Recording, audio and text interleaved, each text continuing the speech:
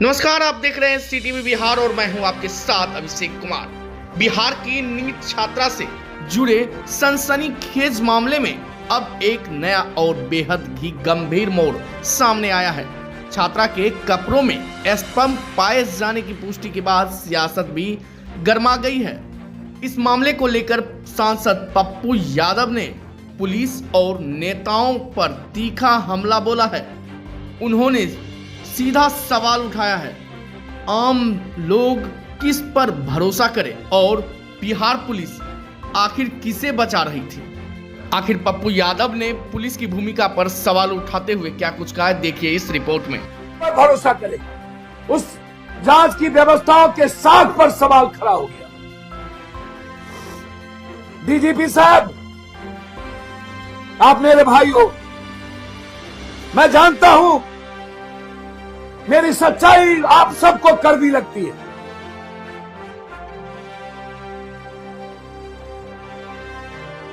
बहुत दर्द होता है, हम सबको जाति से निकलना चाहिए।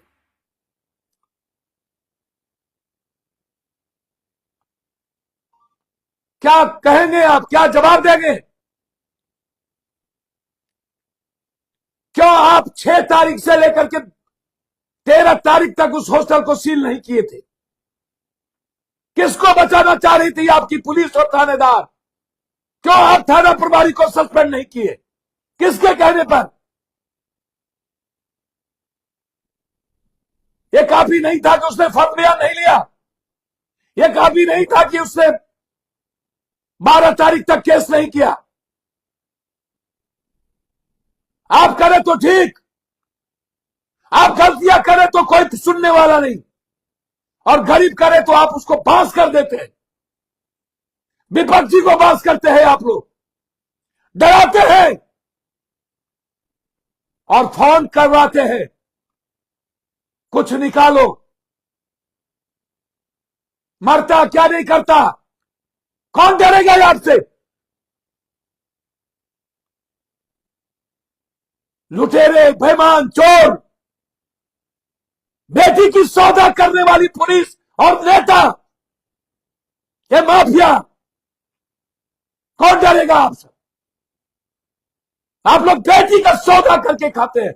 आप लोग से बड़ा गंदा कौन? कौन जो बेटी की दलाली करे, जो बहन की दलाली करे? धृतराज से भी ज्यादा खतरनाक है बिहार। मुझे पब्लिक पर भरोसा नहीं। किसी के घर की बेटी सुरक्षित नहीं है।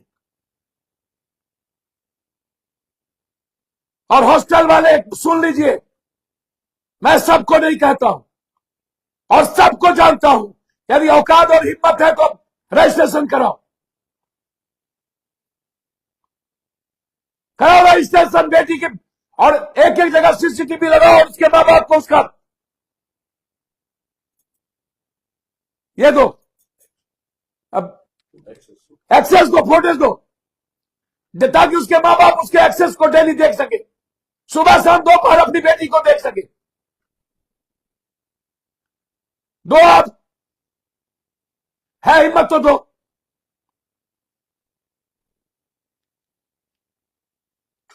चलाइए बुलडोजर इस हॉस्टल पर जिसका रजिस्ट्रेशन नहीं है। सारे थानेदार पैसे लेते हैं।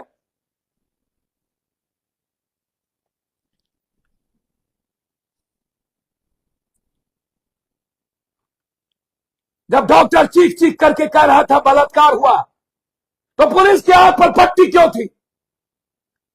हमारे डायरेक्टर ने साफ कह दिया, साफ, कि हमें कागज नहीं दिया गया और अधूरे कागज दिए गए। आरोपी मौजूद है, डीएनए मौजूद है, सच मौजूद है। अब एक ही काम बाकी है डीजी साहब, सस्पेक्ट्स की पहचान, डीएनए सैंपल का मिलान और दोषियों को बेनकाब करना। लेकिन इससे पहले जवाब देना पड़ेगा पटना पुलिस को कि कौन कौन नेता के दबाव में आपने बेटी को बदनाम किया, उस परिवार को आप आत्महत्या करने पर मजबूर किए, उसके भाई उसकी मां को बदनाम किया, उसके बाप को बदनाम किया। आप एक हत्या नहीं किए हैं, आप पूरे समाज की हत्या किए। और इन नेताओं से आग्रह करूंगा, ये बेटियों की लड़ाई और बेटियों की आवाज उठाना बंद कर दे। तुम लोग का चरित्र गंदा है। तुम जिसको टिकट देते हो वो बलात्कारी होता है। क्या लड़ोगे तुम? जो नेता उसके घर और बेटियों की बात करता है वो लड़ेगा। जो अपनी बेटी और अपनी बहन की इज्जत नहीं करता वो लड़ेगा।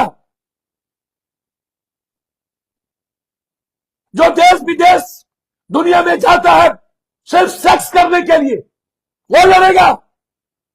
कौन नेता लड़ेगा? जिसका आचरण और चरित्र अमेरिका में डूबा हुआ हो, देश में, बंबई में और किस किस देश में डूबा हुआ। ये चरित्रहीन नेता लोग बकवास करते हैं।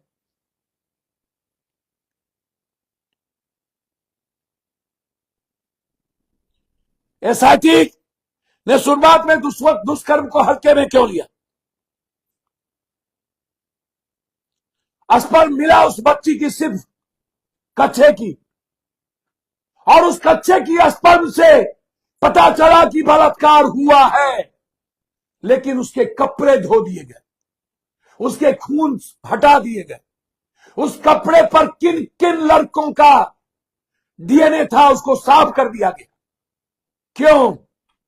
कौन कौन लोग थे? किस किस नेता का बेटा था? कब न्याय मिलेगी?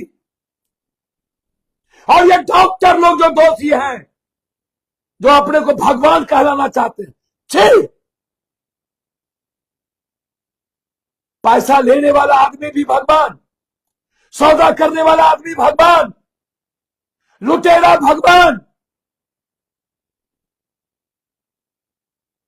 कोई भगवान माने, इस जन्म में हम आपको भगवान नहीं मानेंगे, क्योंकि आप करोड़ों अरबों लूटते हैं।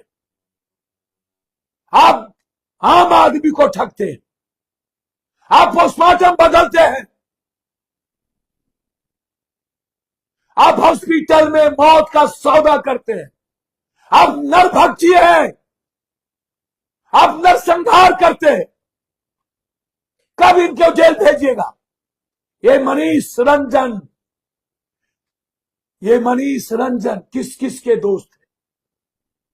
कौन कौन मंत्री का बेटा, कितना केस है, कितनी लड़कियों के साथ सौदा करता है, सारे एमएलए एमपी का बेटा क्या क्या कुकर्म खिलाता है।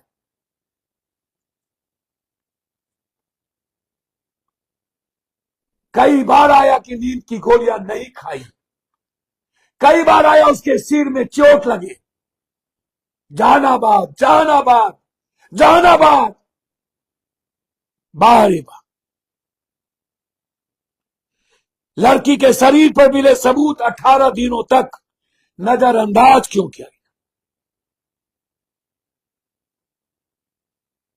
बायोलॉजिकल रिपोर्ट में दुष्कर्म की पुष्टि कर दी गई। अंडरगारमेंट से मेल स्पर्श को मिलना यह कोई कयास नहीं है। मैं चीख चीख करके कहता हूं, यह विज्ञान है, जिसको डॉक्टर, थानेदार, पुलिस, नेता ने मिलकर हमारी दफन करने की कोशिश की। हमारे सिस्टम को, मेरे साथ को, हमारे संविधान को दाग लगाए।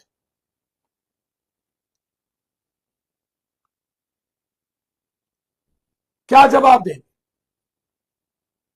मनीष रंजन का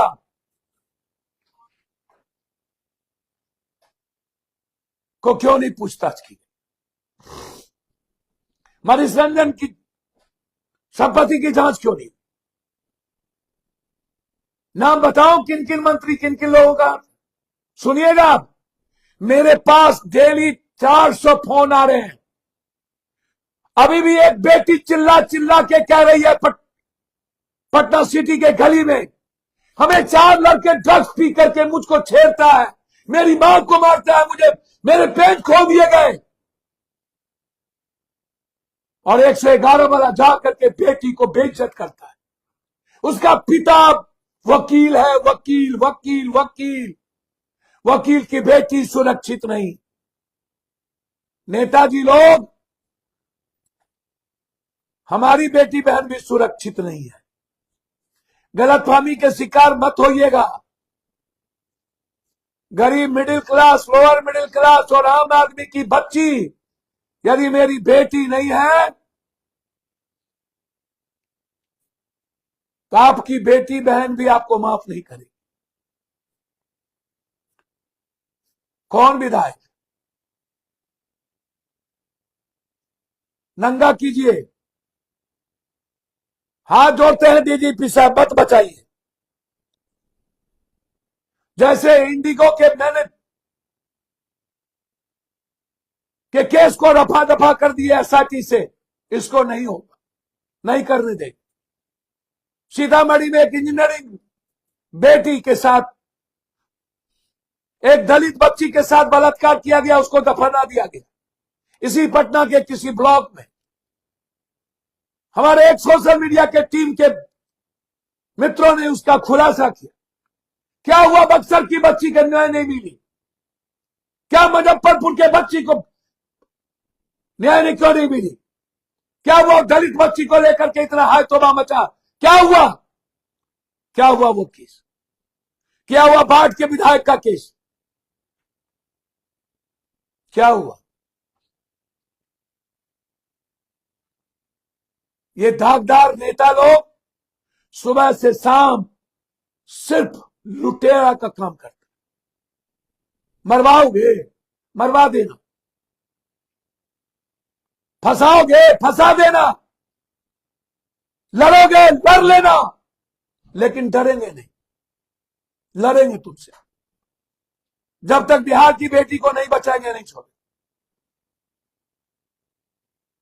ये मेरा संकल्प है। क्या जवाब दोगे? एम्स के जो डायरेक्टर ने कहा, क्या जवाब दोगे एचओडी को? अरे बिहार की मां बहनों, जागो।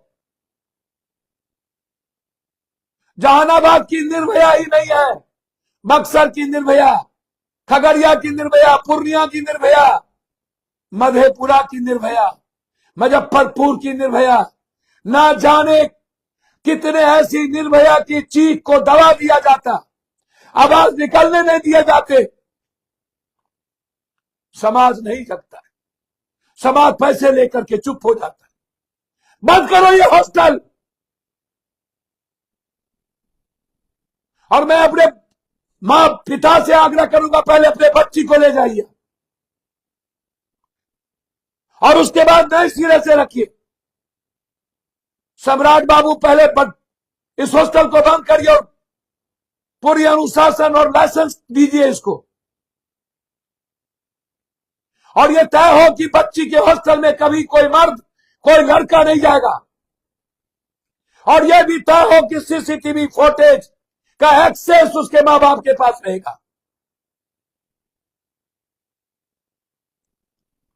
लड़ाई आर पार, अब कुछ नहीं। इसलिए बचाइए सारे नरभक्षियों से। जज साहब, हाथ जोड़ते हैं, प्लीज।